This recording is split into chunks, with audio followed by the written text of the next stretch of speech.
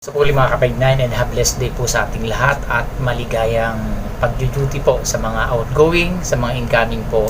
Ingat po tayo palagi sa lahat ng oras. Sa kapwa mga security personnel, ingat po tayo palagi. Tandaan po natin, laging maximum tolerance, adjust palagi habang ng PC po sa trabaho natin, lalo nga po yung Burmans. Marami na po tayo mga client, mga bisita po na pupunta sa ating mga area of responsibility. But napakaganda po niya pag maraming client kasi ibig sabihin po, continuous po yung trabaho natin. Kaya ingat lang po laging isipin natin, trabaho lang po, walang personalan. Kaya kung makakarinig po tayo ng mga bagay na masakit na salita or mga kung ano man yan, tanda natin, parte lang po ng trabaho natin yan. Okay, ang ating pong topic ngayon is isa pong gustong mabigyan ng kaliwanagan yung ating isang followers na taga Negros Occidental. So shout out sa iyo, sir. Ito na po yung iniintay po nila about sa gaano daw po ba kahalaga ang Code of Ethics and Code of Conduct. Unahin po natin yung Code of Conduct. Kasi po medyo mahaba itong usapin po, kaya ipapaliwanag po natin ng maayos para maintindihan po ng ating mga security personnel na gaano ba kahalaga ang Code of Conduct. Okay, ano nga po ba ang Code of Conduct? What is the meaning of Code of Conduct? Okay po, ang Code of Conduct, sabi po dito is, it is a set of values, rules, standards, and principles outlining what employers expect from staff within organization. So yun po ang ibig sabihin ng Code of Conduct. Okay, isa pa po, a Code of Conduct, also known as Privacy in Code of Conduct, is a defined set of rules, principles, values, employees' expectations, behaviors, and relationships necessary for its success. You can find the Code of Conduct for an organization in its employee handbook. So talaga sa mga kumpanya, may Code of Conduct po talaga na meron sila talaga na kanya-kanyang company. So ano ba itong Code of Conduct na to? Sabi nga po sa usaping Tagalog, ang Code of Conduct, ito po ay mga pamantayan sa pagkilos ng isang empleyado. Kung paano siya kumilos, ano yung gagawin niya, ano yung meron siya. Kasi yung act mo, nagiging gawain mo yan. Diba? So kaya tinitingnan po yan. Kaya meron tayo, lalo ang mga security. Bakit napakahalaga sa mga security personnel ang Code of Conduct? Tandaan po natin na ang pinaka-importanting produkto ng mga kumpanya is ang mga employee nila. Iba tayong mga empleyado kasi kung ang ganda-ganda nga po ng setup ng kumpanya, maganda yung kanilang mga plataforma, maganda yung mga procedure na dapat na maibahagi sa kanilang mga client. Kung ang mga gumaganap naman ito, which is sa mga empleyado o mga security personnel, magkakaroon po ng malaking problema kung hindi maayos siya bilang isang empleyado. Focus po tayo sa security personnel kasi which is ito po yung gusto nating mabigyan ng na makater lahat ng mga security nang mag-grow, ng lumago, na pahalagahan yung trabaho nila. Kasi po sobrang laki po ng tulong o napakalaking demand ang mga security personnel sa isang kumpanya. Kasi bakit kinakailangan natin maano yung Code of Conduct? Kinakailangan sa Code of Conduct na ibinigay sa ating mga security personnel, na iisa-isahin natin mamaya-maya. Ipapaliwanag muna natin bakit napakahalaga nitong Code of Conduct. Kasi dito po masasalamin kung ano yung tao, ano siya, paano siya gumalaw, kaya niya bagang sundin, yung iniatang sa kanyang tungkulin, base muna doon sa mga rules na para sa kanila. Like security, tayo mag-i-implement ng mga rules and policy of the company. We are implementing the policy of the company and not the one who did the policy. Kaya huwag nating iintindi yung sinasabi ng iba na like yung mga client natin, kung minsan, ano ba naman yung policy ninyo po yung nagagawa yung policy, naintindihan natin yun kasi akala nila kasi syempre pag inatang sa atin parang tayo na. Pero hindi po, tayo lang po ang gumaganap na maipatupad po ito. Ang gumagawa po niya, syempre yung mga hire sa ating company. Especially mga board of directors at pinagmimitingan pa nila yan, nira-ratify din bago nila ipatupad, which is ini-inform muna ang mga nasasakupan nila. So, ganun po yun. Kaya, bakit kinakailangan yung ating mismong Code of Ethics bilang mga security personnel? Dapat po natin masunod ng tama, by heart. Dapat po laging nasa puso. Hindi para bagang formality lang, kasi security ka daw, kailangan ko lang yan, pero wala sa puso. It doesn't work that way. kinakailangan po talaga yung ibinibigay sa atin bilang empleyado, dapat po talaga isinasa puso natin ng buo. Kasi pag nasa puso mo yan at inak mo yan, sigurado pong magiging maganda yung outcome. Kasi ganun nga po, kapag inilagay ka na sa area mo at kulang ka sa tinatawag na mga kinakailangang meron kang sangkap, kumbaga sa pagluluto, kulang ka, hindi ka masarap na pagkain. Kinakailangan yung sangkap na para security, like yung Code of Ethics, Code of Conduct, Security Guard Script, at alam niya kung ano yung trabaho niya. Pag yan po ay talagang ibigay ng tama sa mga security personnel, sigurado po pagdating sa area yan, magiging effective security personnel yan. Habang nagtatagal, simula talagang cloudy, pero makikitaan na siya ng standard. Diba? Kasi papasok po din malasakit sa kumpanya kung saan ka nakasan. Hindi lang para ka lang makasweldo, ganyan. Kailangan po, kasi pagka buong-buo ka talaga bilang empleyado, like sa security, pahalagahan mo yung company kung saan nakasan. Bakit? Kasi po, ito yung nagsusustain kung bakit tayo nagkakaroon ng laging sweldo. Subukan po natin, di ba yung sinasabi, andyan yung agency natin. Ang daming security, walang client. So, anong mangyari sa ganun? Papasweldohin ba tayo ng agency na wala kang duty? Hindi, syempre. Kaya nga pag nasa client po tayo, pahalagahan po natin ang tayo magtagal para maging maayos po yung takbo ng trabaho. Kaya nga napakalaga ng Code of Conduct. Ito kasi sumasalamin kung paano mo i-act yung sarili mo. Kasi pag tinanong ka, lalo security guards ka, hindi mo nga alam paano na po yun sa trabaho. Code of Ethics, tatanungin ka, o Code of Conduct, hindi mo masagot paano na po yan. Kasi ang ibinigay na Code of Conduct sa mga security is 11, di po ba? So ano-ano ito? Bakit kailangan itong natin matutunan ng maayos, malaman anong ibig sabihin ito, at para po may apply natin ng tama sa ating sarili, nang sa ganun po pag tayo pinakawalan, magiging mabunga at maayos po tayo sa ating trabaho.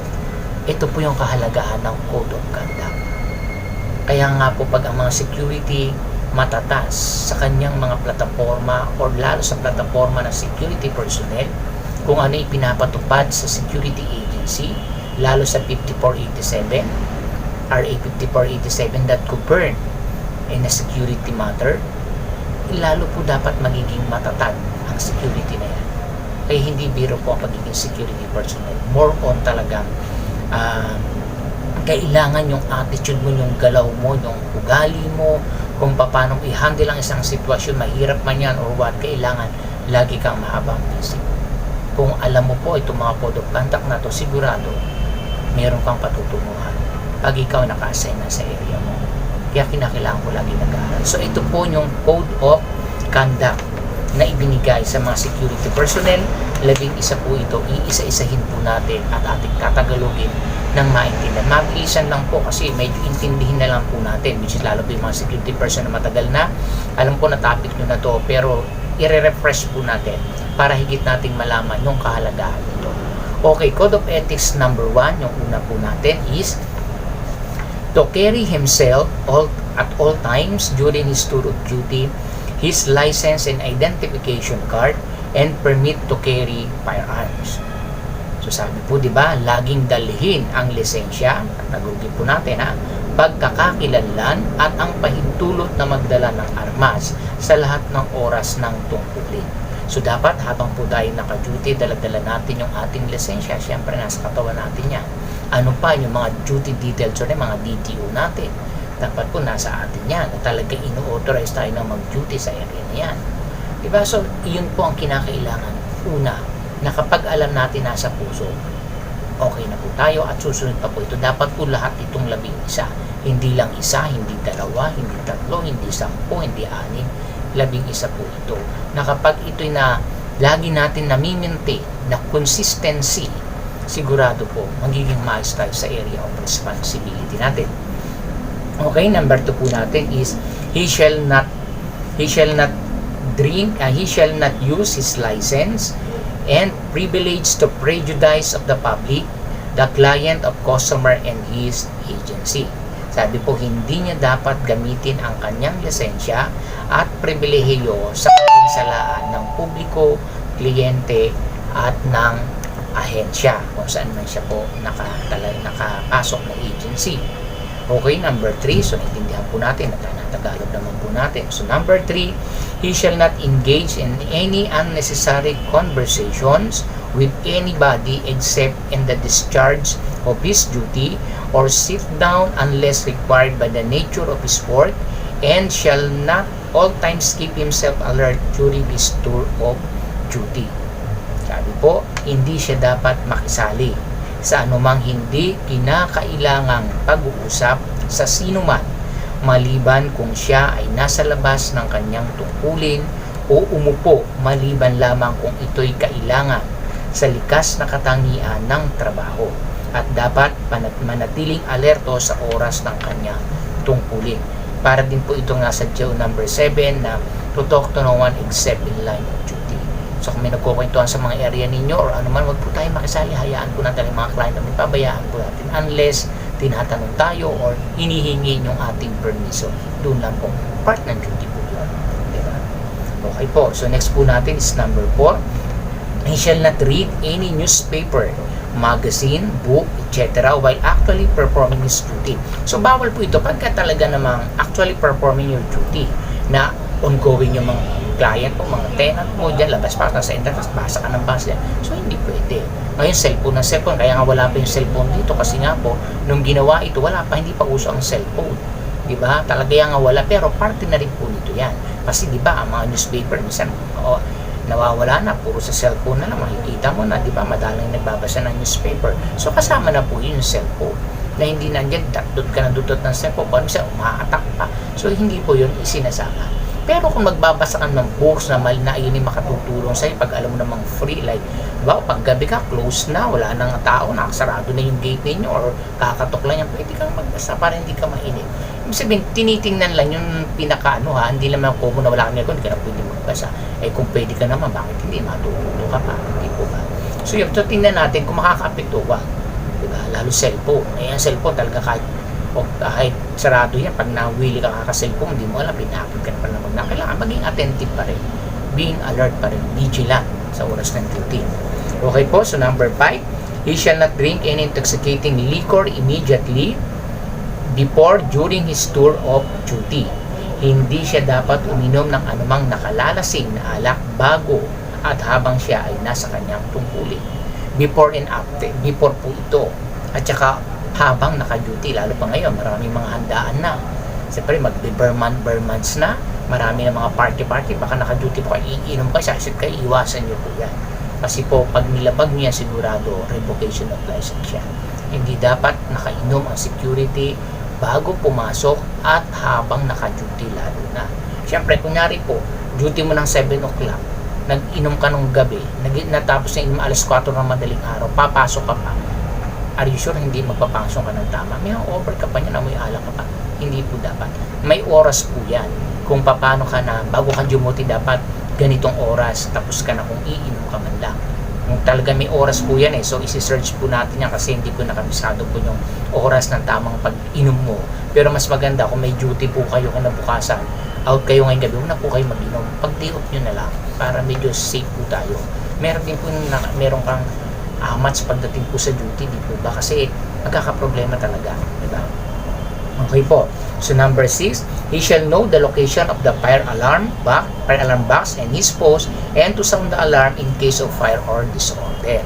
So dapat alam po natin yung mga nilalagyan ng ating mga emergency equipment para at least kung magkaroon man meron, para maandun po ito sa GO number 8, di ba?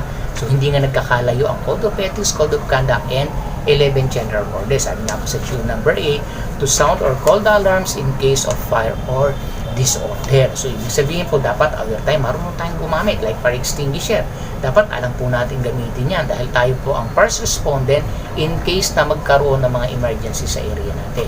Bago naman mga bombero, dapat sa atin palang natin kung hindi na kailangan na naapula na yan, kung anumang emergency po yan, at least magiging maayos po, masasave po yung ating mga kumpanya na ating pinaglilingkuran. Kaya kinakailangan po maging matatas tayo pagdating po sa Code of Conduct. Okay, number 8 po natin is he shall know the location of the telephone of the client and or telephone numbers of the fire station, in the locality. So, syempre, pag emergency, dapat yung mga emergency number po, dapat palaging nasa inyo yan. Nasa tabi ninyo, especially kung sino yung mga nag-duty everyday doon sa area na malapit sa telepono or niya may handle. Like sa amin po, may mga receptionist na andyan po lahat yung aming mga emergency. Like meron sa aming hinimatay. Halimbawa, tatawag kami ng barangay, ng mga assist ng mga medic ng barangay. Yeah. So, pero pinurse aid na po namin yan. Like, nahilo lang, assist namin yan. Para pag dinala sa nearest hospital yan, at least, nabigyan na ng pangunang luna. So, ganoon din po sa mga, halimbawa, magkaroon ng problema, may mga sunog or what, apoy pa lang, pinapa-extinction na natin yan, kung kailangan. Bago responde, at least hindi nalalaki pa yung apoy, makukontain na po natin. So, yun po yung kahalagahan nun. Okay, number 9 po. He shall immediately notify the police in case of any sign of disorder, strike, riot, or any serious violation of the law. Dapat niyang ipagbigay alam agad sa mga pulisya ang kung anumang tanda ng kabuluhan at kahit anumang malubhang paglabag sa batas. Kung meron tayong mga halimbawa, nagkakaroon ng mga problema sa company ninyo, like mayroong magaganap na pag-aalsa, mga ganyan, strike, kung ano-ano man, alam niyo magkakaproblema, dapat nagbibigay na tayo ng inform. Siyempre, bago po tayo sa mga pulis muna, doon sa top management po na pag-uusapan. Pag sinabi ng top management na, sige, coordinate na kayo sa ganito, tsaka lang po tayo magkakaroon na. Unless, kung mag-isa ka lang sir na mayroon ng kabuluhan, pwede na po tayong tumawag. So, case-to-case basis po, dapat po depende sa sitwasyon po yan. Kailangan po at mag-true channel tayo. So, yun po yung kahalagahan nun. So, next po natin is number 10. He shall assist the police in the preservation of and maintenance of peace and order in the protection of the life and property. So, kinakailangan din po, pag sumuresponde ating mga, i-assist po natin yan para ma-preserve talaga yung mga select. Kasi ba, magkaroon ng problema sa loob ng building ninyo, i-responde mga pulis. I-assist po natin ng mabilis, maayos, accurate. Para at least, kung ano man yung may problema doon, na i-preserve yung talagang dapat na makita nila para maging proof of evidence pag nagkaroon ng mga problema or iharap yan sa korte or what. So, kinakailangan po natin yun. Okay po. So, next po natin is number 11. He shall familiarize himself with the Private Security Agency Law, RA 5487 or Republic Act 5487 as amended and its implementing rules and regulations. So, sabi, kailangan na alam niya ang batas sa pribadong seguridad ng ahensya, yung Republic Act 5487 bilang pagpapatupad ng mga lituntunin at regulasyon ito. So, kailangan alam din po natin, aware tayo, familiar tayo about 5487. So, makikita po natin yung kahalagahan ng Code of Conduct na kinakailangan po talaga inaaral natin, nililimi, pinag-aaralang maigi, isinasa puso para po pag nasa duty na po tayo, hindi na tayo magkakaproblema sapagkat gagawa po tayo ng mga solusyon sa problema ng company. So, tayong inaasahan dapat ang guard productive. Ibig sabihin punong-puno ng kaalaman na kaya niyang i-handle ang any situation doon sa kanilang area. Kaya po hindi biro ang pagiging security personnel. Punong-puno ito ng mga batas, ng mga pag-aaral, pasensya, haba talaga ng papasensya lalo sa mga client natin sa may mga pasaway or haba pa ng duty, minsan wala pang rest day, minsan straight duty pa. So pag hindi po natin hawak yung ating kakayanan sa mga ganong sitwasyon, hindi natin mai-handle yung sarili, mahihirapan po tayo mag-grow sa security. Huwag na po tayo pumasok kasi sigurado po magkakaproblema lang. Kaya ang daming mga security personnel din na hindi natuturuan ng maayos na basta lang in-expose na lang dyan sa trabaho nila yet nagka-problema. So, ang nangyari na wala na nga ng trabaho, nagbabayad pa. Di ba? So, kinakailangan po, kayo mga bagong security personnel, mag-aral po kayo, magpaturo po kayo, sumunod po kayo sa inyong mga opisyal nang sa ganun po, higit kayong matuto kasi wala akong magtuturo sa inyo sa area nyo kundi mga opisyal ninyo at tayo naman po mga opisyal kailangan na po i-handle natin naman yung ating mga security personnel nang sa ganun po makapag-create tayo ng marami pang good leader as a security personnel sa security industry lalo na po sa agency kung saan tayo naka-assign. So ayun po nakatulong tayo sa iyo sir sa Taga-Negros Occidental sa inyong tanong. Yung Code of Ethics po sa susunod na po. Inuna ko lang po itong Code of Conduct kasi talagang medyo mahaba. So maraming pong salamat. I hope po marami pong matutunan yung ating po mga followers dyan. And ingat po tayo lagi sa trabaho. Tiyaga lang po. Ang tagumpay po wala po yan sa kung anong posisyon or anong meron ka. Basta pinapahalagahan mo yan. Nagsisave ka ng tama sa iyong kinikita na pinaghihirapan sigurado po may asenso po ang buhay. Maraming salamat at ingat po tayo lahat.